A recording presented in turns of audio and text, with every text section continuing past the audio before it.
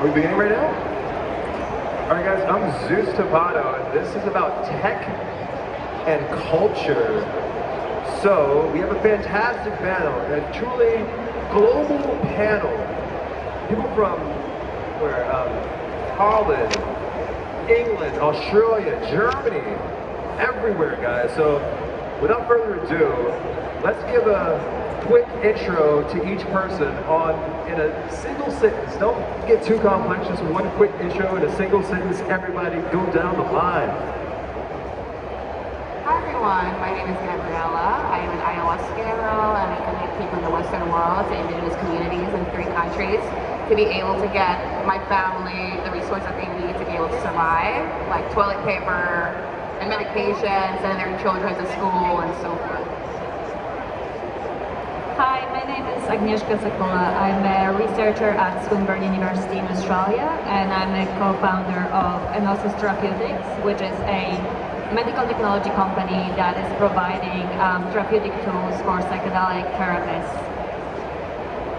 Hi, I'm Dr. Gabrielle Pelicci, and I'm a professor of holistic medicine for the last 18 years, and I'm a consultant in blockchain companies, bridging emerging technologies with emerging medicine. Hello everybody, my name is Sergio Pérez, Rosal. I'm a medical doctor specialized in anesthesia, intensive care, emergencies, trained in psychotherapy, and I'm one of the founders and CEO of the OVID clinics in Germany, the first psychedelic clinics in Berlin. Hello, my name is Naba, IriTah, Shenmira. Representing Iowa, and I'm Casa Natural Healing. I'm from Burkina Faso, West Africa. You may notice that with my accent. And I'm also a natural healer and a spiritual guide. And I'm Prash. I'm a psychiatrist, MAPS-trained therapist, and the other co-founder of Enosis Therapeutics. Alright guys, fantastic. One sentence introduction, but everyone went a little bit over, it's fine. So, Agnieszka, first question for you. So, tech and culture, like how do we even get to this point? What should we expect from both of them coming together? Yeah, so I think most people don't really think of tech as something that could be supportive of psychedelic treatment, because we often see anything that is digital as that is opposing anything that is natural or human. I think what we often forget is that we're already far removed from traditional approaches in psychedelic treatment by introducing it in the clinical settings. So if you consider that we expect patients to come over to a closed room where they're expected to give account of an ineffable experience to a person that they just met a few weeks ago in a circumscribed time of 60 minutes, in a place where they're just a visitor, then that's already far removed from what we understand as a natural approach to psychedelic treatment. Talk therapy is something that is based very strongly on cognitive, analytical approaches, which are almost opposing the emotional embodied aspects of psychedelics. On the other hand, immersive technologies can tap into those more emotional embodied properties, which are opposing the cognitive processes. The virtual reality is an experience in itself.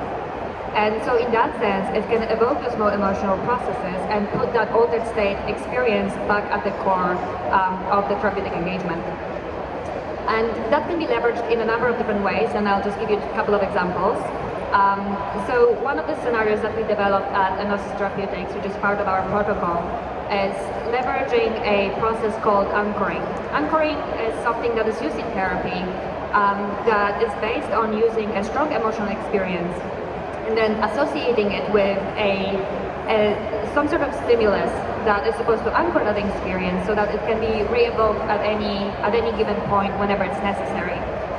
The reason why anchoring is not really used in therapy very commonly is because we don't really have such profound emotional experiences most of the time, and two, the anchors that we use are not strong enough or not reliable enough. But by combining a psychedelic experience, which is very profound and strong emotional experience, with anchors that are developed in virtual reality, which are multisensory, highly unique, and very reliable, we can use that process to anchor psychedelic experiences and then re-evoke them again during the integration process to have that meaning-making a little bit more deep and last for a little bit longer. So that's one example. Another example is, so for example, in our scenario, patients are actively engaged in creating the actual virtual reality model from inside out. And that's something that we don't really consider most of the time when we think about virtual reality, because we think about the content that is being projected onto the user.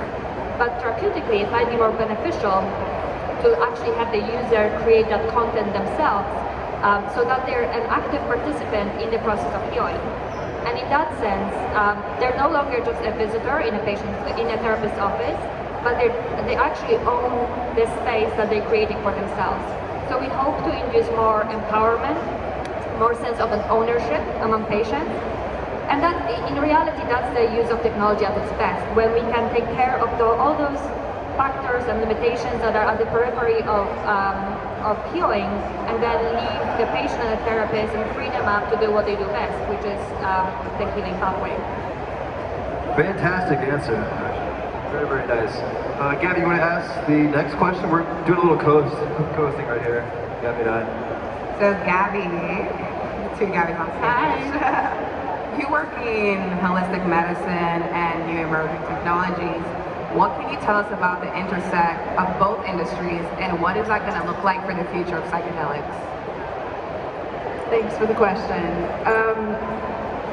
This is the most incredible time in my career to watch the emergence of technology simultaneously with the emergence of a new medicine. I feel like we're in an incredible renaissance of transforming people and transforming systems. I mean, we're going to see total disruption across all aspects of medicine and healthcare, and also education, how we're educating and onboarding people into the space. And then we're going to see incredible transformation of consciousness. And some of the similarities I'm seeing across platforms are such a high level of conscious awareness that I haven't seen in the entire history of my career.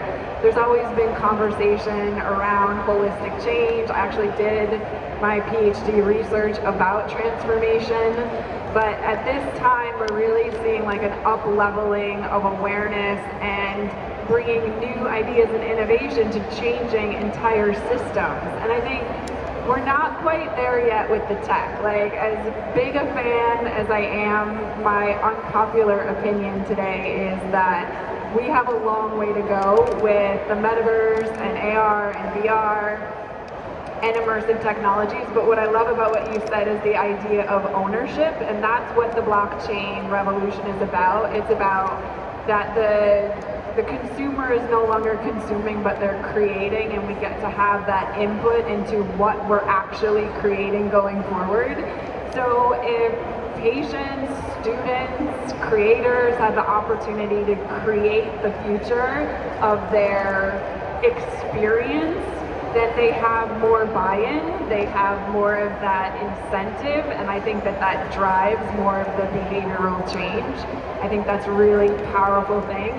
The other thing that I see is that we are becoming hybrid humans. Like, you guys are holding up cell phones to record this.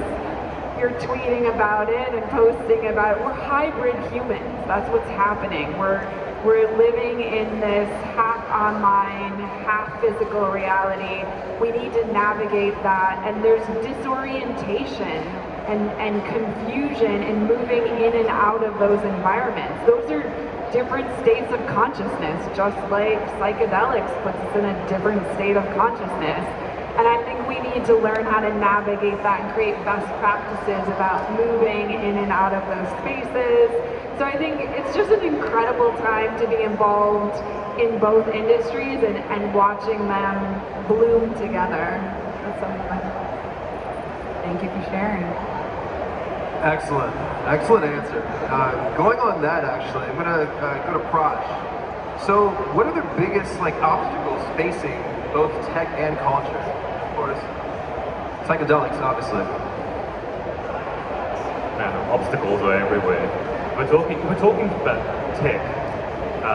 At least what I see as one of the biggest obstacles is the public opinion obstacle, and the public opinion obstacle that technology faces when it comes to the psychedelic landscape.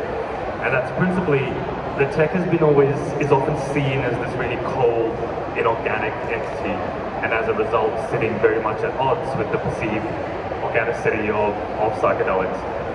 And I'd like to counter that by pointing out the psychedelic therapy process has two main components. There's the medicine, which nature has very graciously evolved over millennia and provided for us.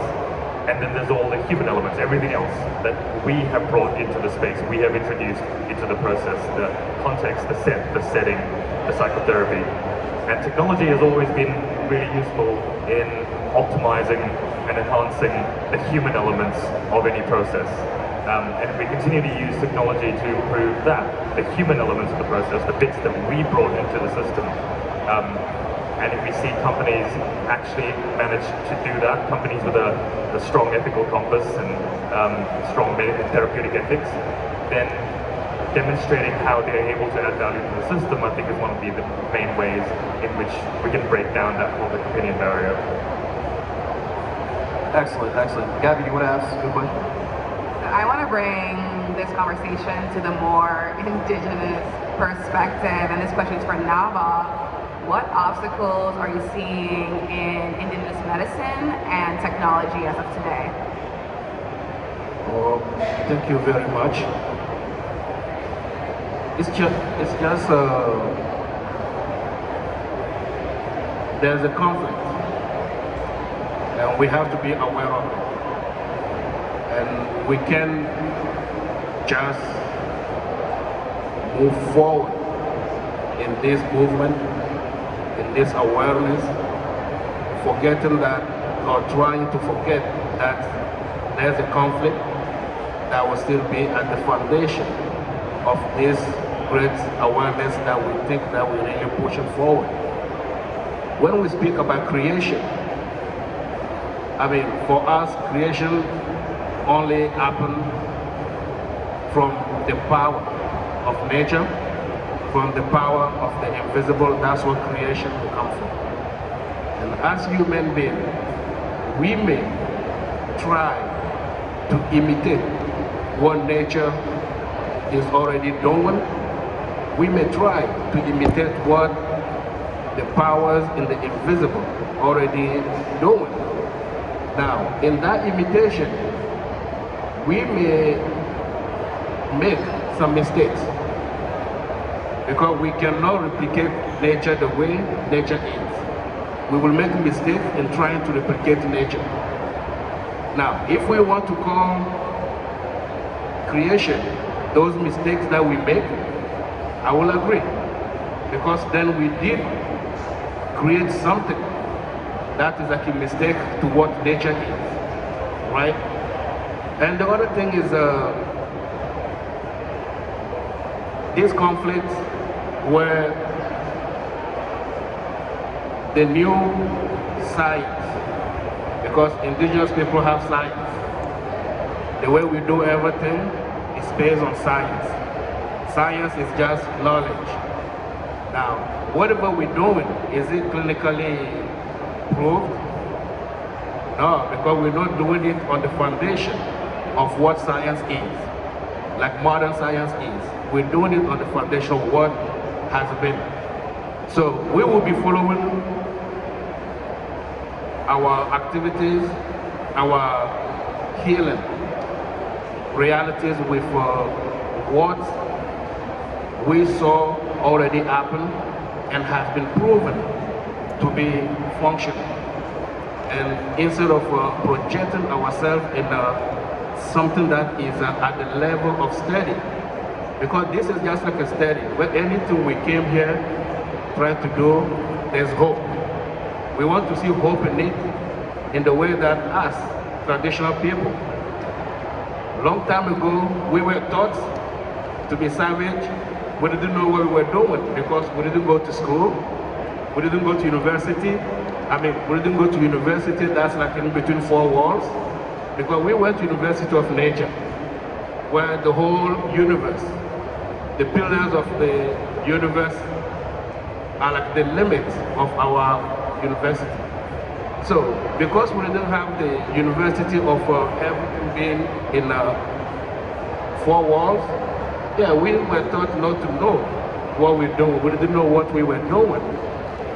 But that's so sad to find out that today, in 2022, where the science is really claiming to be so strong and powerful, gets to come back to us, the indigenous people, to take what we own, what we've been using for thousands of years, to take it back and then make creation. I'm not saying that whatever they took back is what is being given, but you know, the mistakes in the science trying to understand it before giving it to people. All of those mistakes calling the creation, thank you, I will accept that. But does it really have the same effect as per spiritual, per energetically, per physical, emotional, sentimental?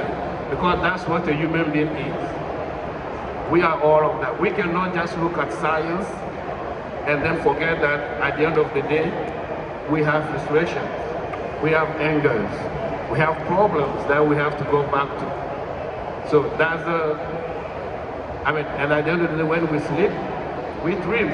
Our spirit leaves our body, travels to wherever it needs to go. We cannot explain all of that at this point, but somehow what I want to really say from the traditional perspective is if the scientific way wants to really meet the traditional way, because this is the time, it's happening. But it's happening in the way that there's this control, there's this domination, almost like invasion to the traditional way of doing things, traditional recipes, those recipes are very old, thousands of years. Science is only maybe 200 years old. So with all of that, we want a little bit of dignity. We demand dignity in the way that science gets to understand that we took it from you, we have to give back. Interesting.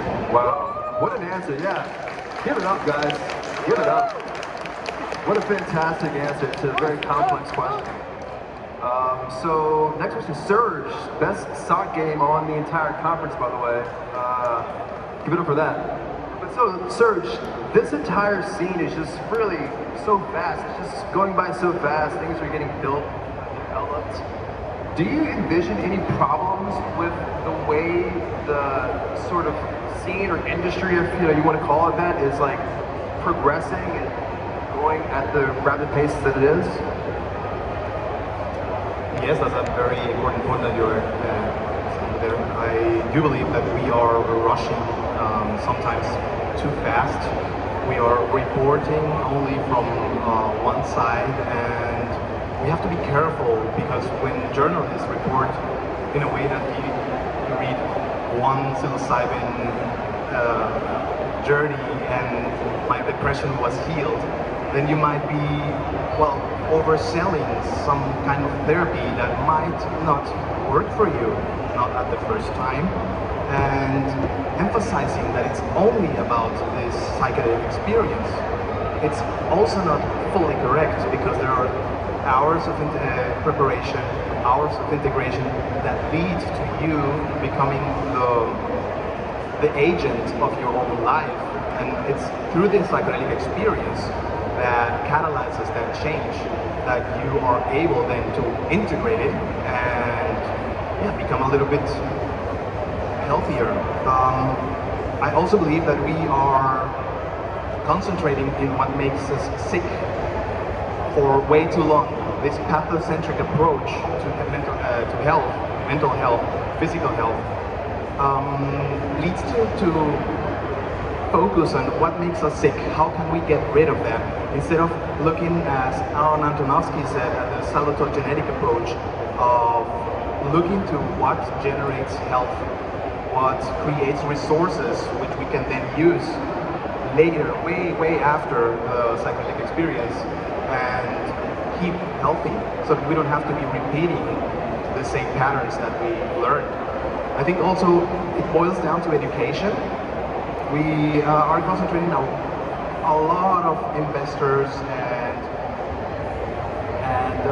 the focus of a lot of things is on the biotech, on creating new substances, on finding out the next best molecule that will work better than psilocybin. And if you remember, this is a very early stage of where we are at. There are a lot of studies, but the number of the participants in the studies are still quite small. And we shouldn't forget that we still don't have the necessary data for psilocybin. We still don't have the necessary data for MDMA. Well, MDMA is a little bit further. We still even don't have the necessary, we still haven't completed finding out how ketamine can be used to its best potential. We're using the pharmacological approach and saying, well, this substance, you put it in, it's going to be an effect out, and it's going to do something with your receptors, and then you'll feel better. And that's just part of the story. If you take that approach to lessen symptoms and use the psychedelic experience that you can generate with ketamine as well, you could get so much more from the things, from the tools that are available today. Yeah. But I think it's only human also to get in your heads and say, oh, if only we had access to psilocybin, then we could cure the mental health crisis. But what happens then? What happens when we get access to MDMA, when we get access to psilocybin?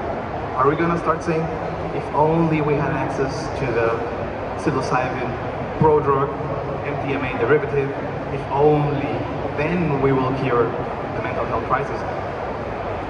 So it's about putting a balance on what do we know and where are we concentrating.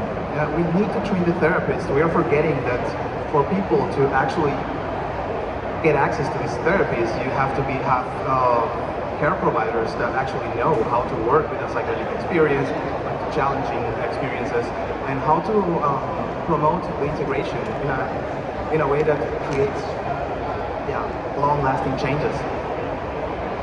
Interesting. Very, very good point, Serge. As always, by the way. Wow, that's a great answer too. So the question that I have is actually for Gabby. I know you're a co-host, but I want to ask you a question. So what sort of tech have you incorporated in your own practice?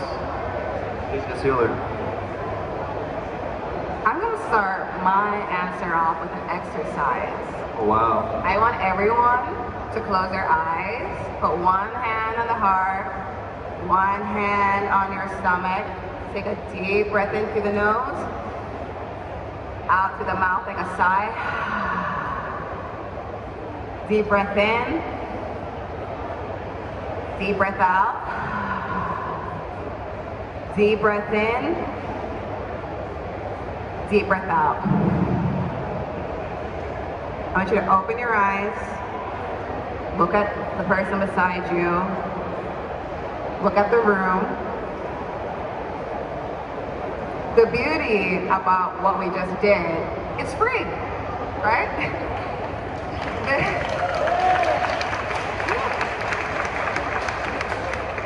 You know, the indigenous communities, we don't create barriers for people seeking treatments, for people seeking the help that they need. There's a lot of money being funneled into a lot of the space that you all are in.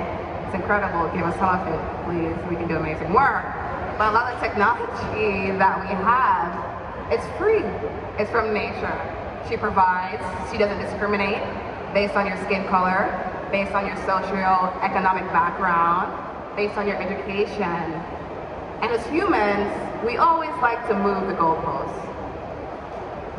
We all breathe together, and I'm sure our blood pressure just dropped. How is that not an incredible technology that your body has naturally built inside of you to keep you healthy and happy and well and connected to each other? Everyone here, we're all at this conference, we all got into psychedelics. As we say in indigenous communities, earth medicine for a different reason. But our breath, that technology, just united us. And we can use that collaboration to move forward in the world we have today. People are sick, people are unhappy, the suicide rate is rising, especially with veterans as well, that we need to also speak about because they're also an underserved community that needs help. Each and every single one of us can access nature no matter what territory you live on, no matter which land you live on. We use water, we use the soil, we use food, we use earth-based medicines, and all Mother Earth asks of us is just to say, thank you. That's it. Thank you. Thank you for providing for me. Thank you for healing me. Thank you for nurturing me. Thank you for giving me a home. It's technology, and in the context of earth medicines, I work with ayahuasca, right? Has anyone here taken ayahuasca before? Is anyone on ayahuasca right now? Hey now, Paul Austin over there. Of course he is. In ayahuasca, we utilize songs or icaros. And to the process of that channeling, that connecting, no matter what language you speak or if you can't understand anything, it's able to move your trauma, invoke a purge, bring it to a different dimension, bring you to a different world. And it can be scary for some people. You're on a plant medicine, you're having visions and someone is singing to you, but these practices came from thousands of years. And it can be sweet, like,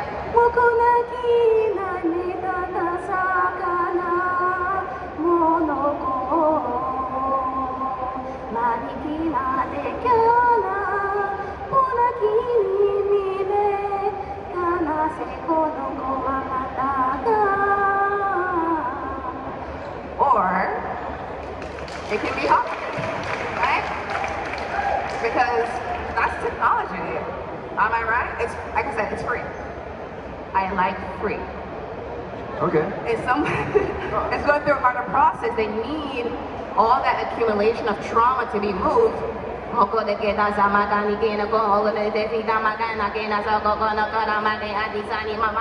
So through those sounds, that technology, you're able to bring someone to another world and give them the catharsis that they need to be able to heal. And I don't know if technology is going to be able to grasp the concept as fully because it creates a barrier, especially when it comes to resources across the world. I don't know if there can be a collaborative effort than just coming with us, learning, going through these ceremonies. And for a lot of people, they go on the path of tech, they work with indigenous elders that respect and uphold the medicine and utilize the technologies, as I said, and they're like, I'm giving everything up. I'm gonna go live in the jungle or be free. I have one life. I'm not saying that's gonna be your experience though. Can I piggyback off that for just 1 minute? So one of my favorite authors and scholars is Charles Eisenstein. He wrote a book called The More Beautiful World Our Heart Knows Is Possible. And one of the things he talks about is that collectively we need to shift from a relationship to Mother Earth to Lover Earth, right? Mother Earth is this idea of, you know, we're taking, we're receiving, and there's this endless supply, whereas Lover Earth, right, is reciprocal. And I think I'm hearing that in a lot of what's coming up, that reciprocity between the gifts that are indigenous, that have been there for thousands of years, that reciprocity among each other to reduce those barriers so we have more of that connectedness, that unity, and less of that separation. and the technology could potentially be a tool. Most of us are probably here right now because we saw an online advertisement and bought a ticket on our smart device, right? So in the usage of getting us just to this space, once we drop into this space together, let's be here together, in the breath, in the song. Thank you. Excellent, excellent. Do we have time still? So I have a question for every person on this panel. It's kind of like off script. It could be a little bit like, I don't know, like offensive or aggressive to some, but what role does an investor have in culture? What are you investing in, and what do they expect? And I understand when you add tech, it's a little bit different. But what is the role of the investor? No, I'll go to Prash first, because I know Prash is down for investors. You should check out his VR app. But I want to know your answer to that question. What do we look for in an investor? What is the role of an investor, essentially, and what you expect? It's something I think about a lot now, because the industry has evolved beyond. It is now an industry. It is no longer a field. It's no longer a scientific field. It's now an industry. When it's an industry, it is dictated by market forces, and we have certainly seen that in the way market forces have driven a highly biological angle of innovation and development. I think the role of an investor now is to vote with their money, and voting with your money really implies deciding where your ethical compass lies and what direction you are trying to drive this field, because your every dollar is doing that on a day-by-day basis. Personally, I'd like to see that be diverted from pure drug development into considering everything from therapeutic approaches to context to setting to the natural histories of where this wisdom comes from. But that would be my thought. Okay, and then next up, what is the role of an investor? This event was organized by, I don't know, whoever is the promoter. The only question really been asking to myself is, we're talking about plant medicine, and where are the indigenous people? Because there is a discrepancy when you look around at the people that are present right now at this place. You will count maybe only few indigenous people. Now, the budget that was put to put this whole event together, I think from a little bird, I heard that they gave indigenous people 1/3 of it. No, I'm joking, they didn't give them anything. So meaning, we are right now present at this place, trying to promote something. Is it awareness? Good. Is it healing? Good. No matter what it is, if it's just business, yeah, let it be to business. And then we know that we are in a capitalistic, reality where the most powerful, the most, the smartest will be the one to gain, and will keep gaining. But this is not the reality. When we talk about investment in medicine, when we talk about investment in healing, taking care of a human being, health, children, women, elders that we have in our homes, and we want to talk about investment, that's just like shame to the human race. It's shame to human race to think that because you need to make and to keep making other human beings have to suffer. This is the reality. Those who will be invested, and I'm really honored that I've been accepted to speak at this panel. And Microdose, please, next year invite me again. Don't keep me away, because I want to keep coming. Because we need to have like Yes. Give it up, guys. Give it up. Give it up. So, go to Serge before, yeah. So I'm a big fan of defining terminology. There was something I heard on another panel about investment, or the idea of we're looking at what are we gonna get back, yeah? And that resonated a lot with this other panel.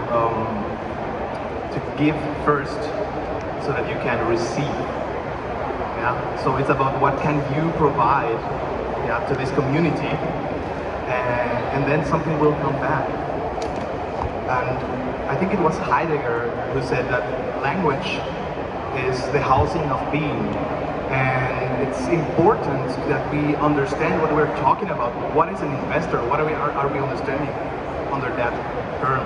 What is technology? Technology comes from Greek. It's about systematic treatment. It's not about digital stuff. It's not about.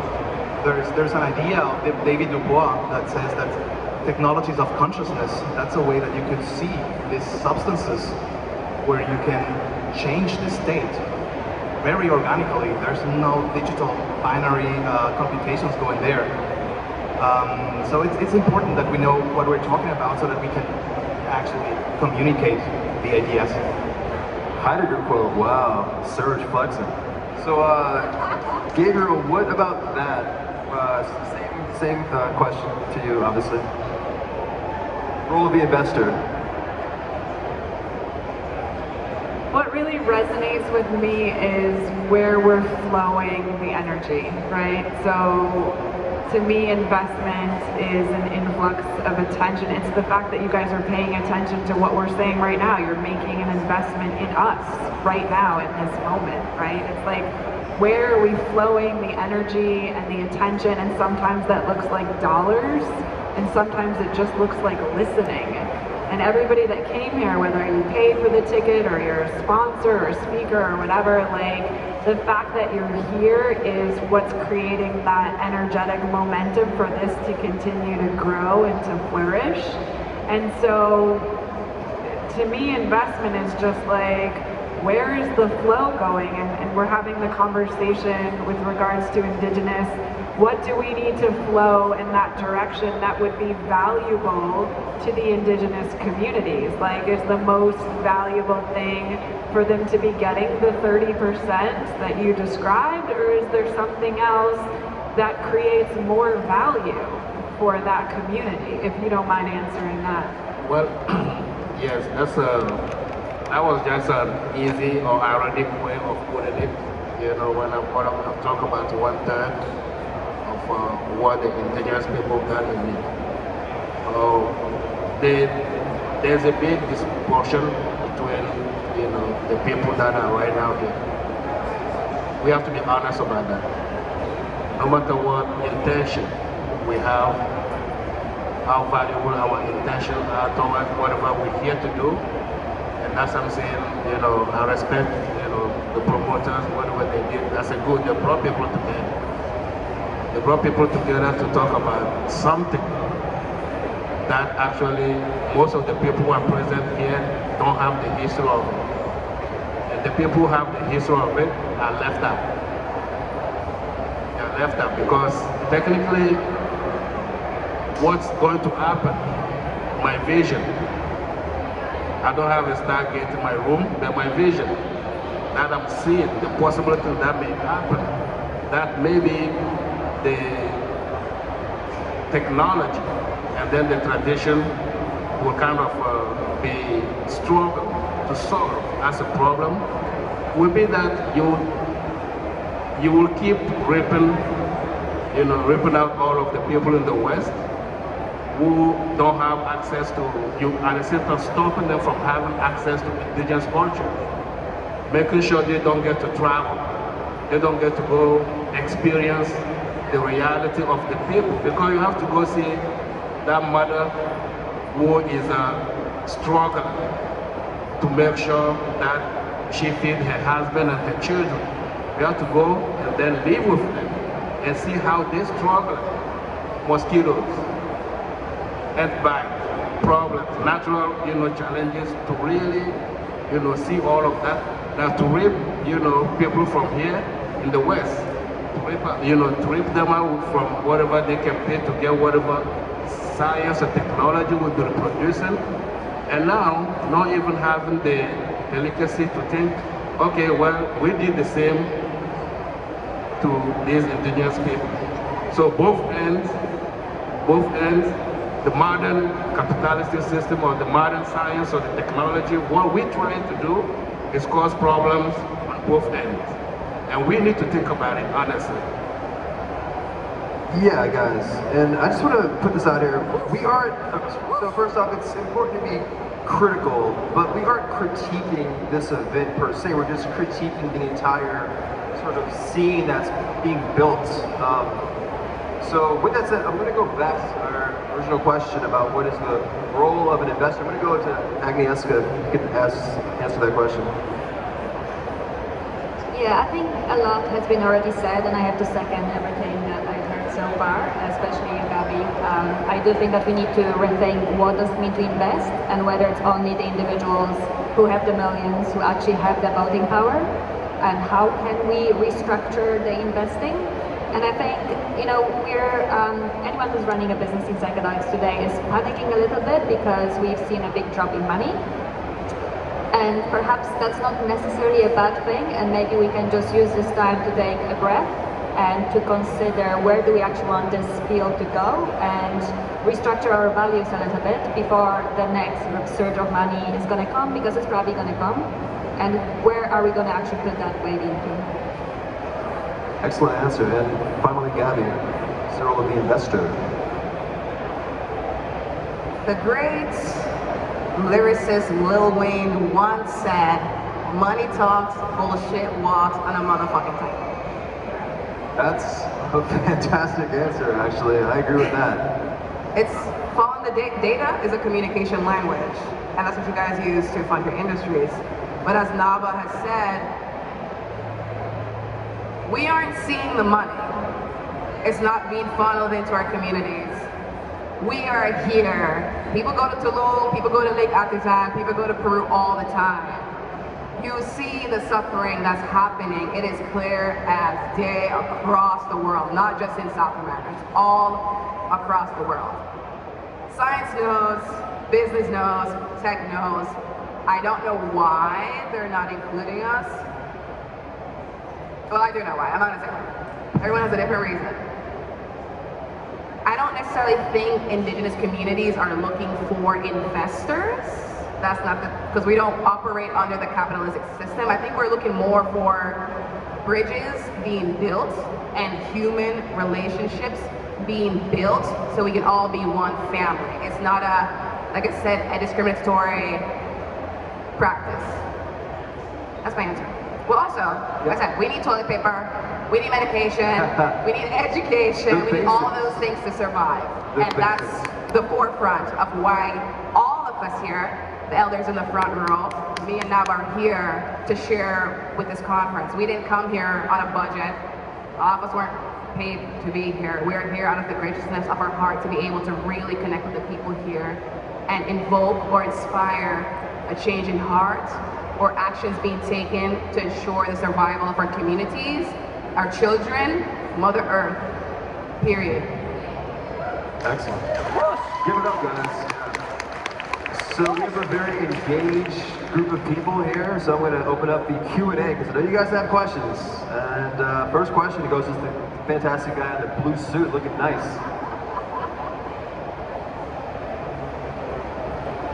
It may be a question for everyone, but I think that you've raised a couple issues about how we define things like investment. And, you know, lawyers will tell their clients that an investment, strictly an investment, is an investment vehicle. And there's very specific rules around that.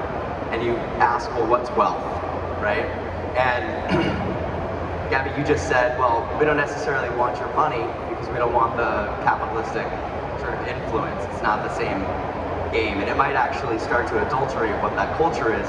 And so it's not so much a question, maybe a comment, but here in the West we've done something over the last several hundred years. We've abolished villages, and you can see this in our homelessness problems everywhere. I live in San Francisco, and I'm not saying homeless people are idiots at all, but we have that phrase, village idiot. villages don't keep them anymore because we don't have villages. The wealth of indigenous cultures is in their villages. It's in their happiness, it's in their communities. So I think it's not so much that I'm saying that there's a question around like how do we define wealth and how do we define investment. It's how do we recognize that indigenous people have something that we don't because we're poor in that regard. We may have wealth, but that wealth is killing us. So I just thought it's not so much that we have a duty to give our version of wealth. I don't think that indigenous people want that, I don't. But the question is, how do we actually address the issue of what indigenous people have, how we're benefiting from it, and how everyone, as a human family, has the need for these medicines? Or is it, I did not say we did not need money. We need money to be able to go to school and buy medication and buy food. We're in a capitalistic system. We just don't look at things from the capitalistic perspective of we need investors. We need advocates and allies. As I said, I don't think there's anything wrong with wealth. I just think there's a disconnect between how that wealth is used. And we've stated again, I don't think indigenous communities need to constantly educate the Western world on how to help. It takes two people to build a relationship. And we've been trying to do this for thousands of years now. It's the Western time to stand up and converse with us and see the wealth, the types of wealth that we have and the type of wealth that we need to survive. Excellent. We're going to, yeah, so, there's a follow-up question. We're going to go to Serge. I think Serge has something to say about this as well. Okay. Could you repeat the question? No, I'm kidding. I think what Gabby said before is very important because you were saying you want bridges, you want people to listen to what you need. And that's as simple as it gets. Just listen. What do you need? What do you need? Yeah, and that's exactly it. I don't think we know. We don't know how to do that. I think that's part of the problem, and I think that we need people like you to really bridge that gap because you're here and you're there. I've never been there. I need to know from you. So thank you for being here. We're going to talk tonight, but I know. I just stated, like I said, we need medication, we need our lands to be protected, we need our lands back, we need to send our children to school, we need to be able to survive. And I know you have the resources to go to Peru, and I'll take you there if you're really about it. Okay, we're going to go to a second question from Val.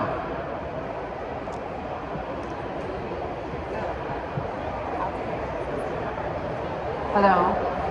So yes, I'm one of the elders up here.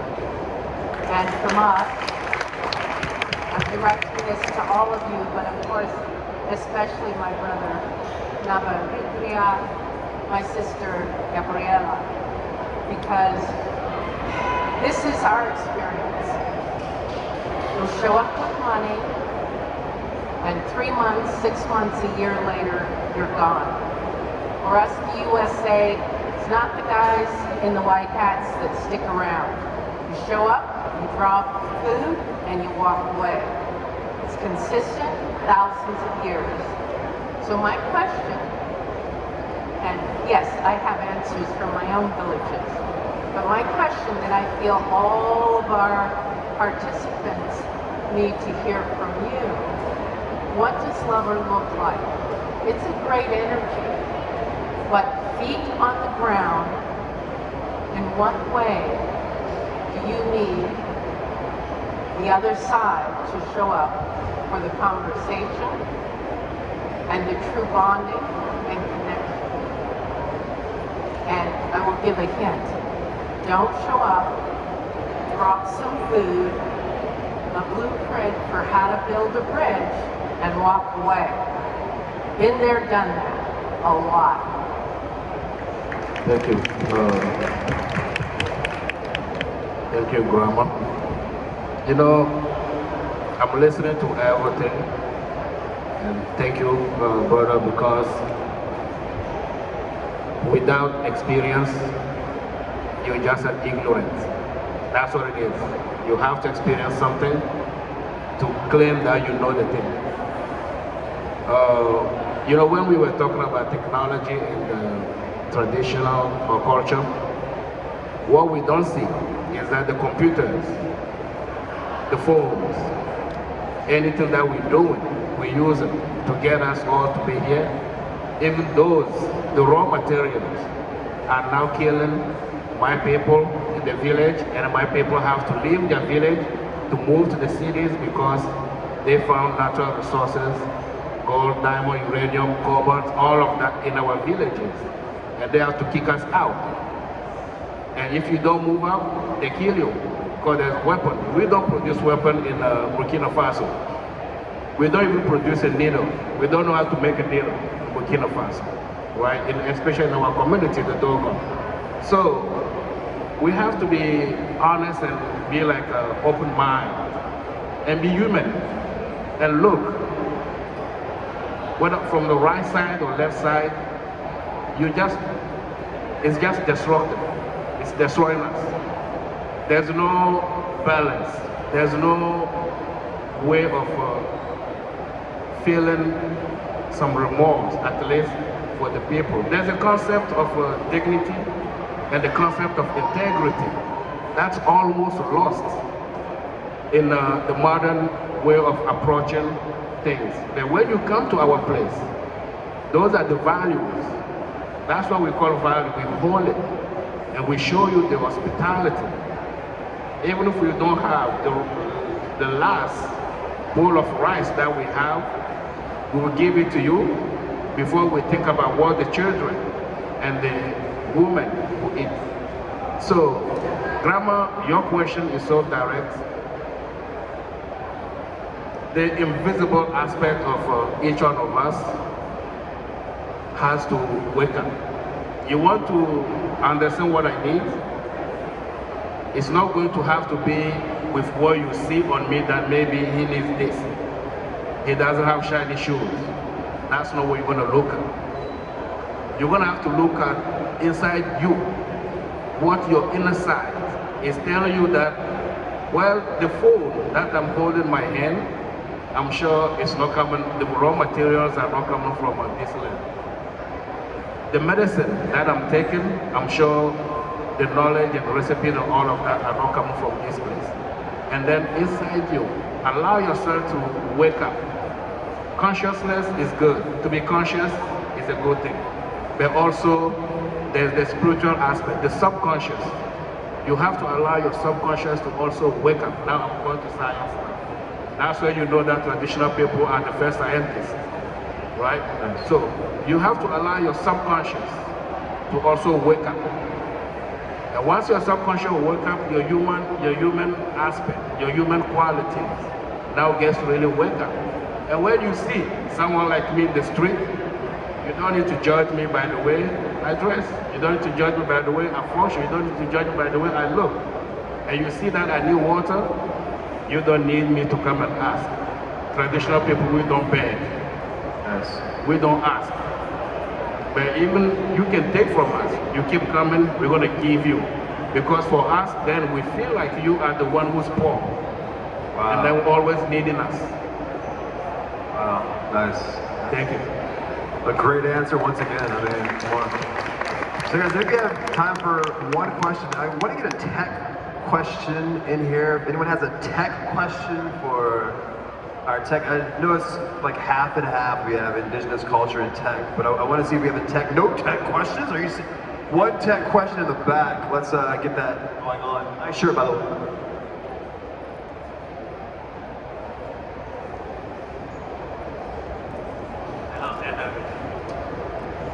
Yeah, so usually today when we talk about technology, we tend to think about machines, digital things.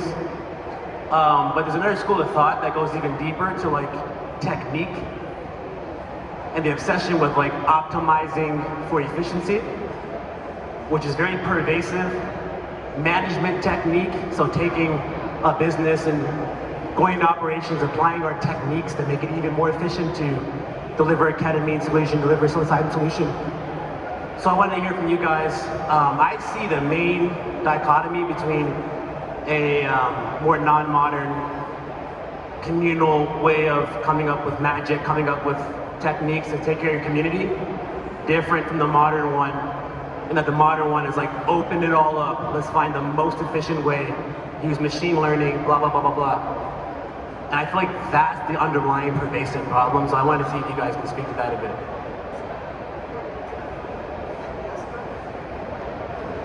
Agnieszka, do you have an answer to that fantastic question since you're in the tech field? It's a deep question. It is, yeah, and that's something that I think I'm going to take with me after today, and I'm going to have to really consider that. You're absolutely right that a lot of what we look into technology for is the idea of scalability, the idea of efficiency. And we try to apply that to be able to reach the masses, which isn't necessarily always the best way. And I do think though that we can use technology in the process of exploration as well. We just need to be very smart about how we use that, and to be able to allow ourselves a lot of mistakes, just diving into things that perhaps the natural processes wouldn't raise or wouldn't put us in front of the questions that technology can face us with. And yeah, I think this is something that we need to really consider and we need to look into. Let's go to Sergio. When you talk about technique, I think about at least in medicine, in the scientific approach to things. You are not only looking to improve things, but also increase safety and reduce risks. And that comes with technique. And that's something that you need to learn. And to apply new technology, you have to, take that scientific approach to ensure, and that's something that is a responsibility from my point of view, to make sure that we are making it the safest way and reducing the risks before we jump to the next thing. Can I add one quick comment? Absolutely. What I heard in your question, and this might just be me, is the difference between a masculine approach and a feminine approach. And I don't mean that as man and woman, I mean it as yin and yang, like literally the efficiency and scalability is very masculine, which is pretty much the embodiment of the Western culture, the patriarchy, the capitalism, industrialization. And I think part of this renaissance that we're experiencing is a renaissance of the feminine. And I think the feminine is indigenous. I think it is slow living, slow beauty, slow food, slowing down. And I do think that the best case scenario is an integration of the masculine and the feminine, taking these and really combining them in a way that really holds all of us in balance. Excellent. Let's go to Prash before. Prash, can we go to Prash really quickly? Yeah. Are you good? Okay, yeah. Okay. You know, when we are in ceremonies and then we take medicine, we do things, we close our eyes, we try to connect. I think we call it prayer, right? I think that's a wrong word, because that's our technology. It takes techniques in that too. It takes for you to know the steps. It takes for you to know what comes first, water first, fire first, next, smoke, whatever comes first. You have to know the technique before you get someone else to reach the dimension that you wanted to reach, which is different. We don't destroy nature to do that. But today, if you want a human being with the modern way of doing things, you want a human being to reach the higher dimension, yeah, you're gonna have to build the whole machine that has to take a lot of other things, destroying Mother Earth, destroying nature. You know, what we need to understand in the traditional people is that we, the modern product, we need to stop viewing the traditional people as dumb, as maybe stupid people, maybe they're not thinking, maybe they don't know. It's a choice to live that way because we don't want to cause destruction in our living. We don't want that. We want to keep harmonious way of living. We don't want to be one day try to have a problem drinking our own rivers water, eating our own rivers fish. We don't want to have all of those problems.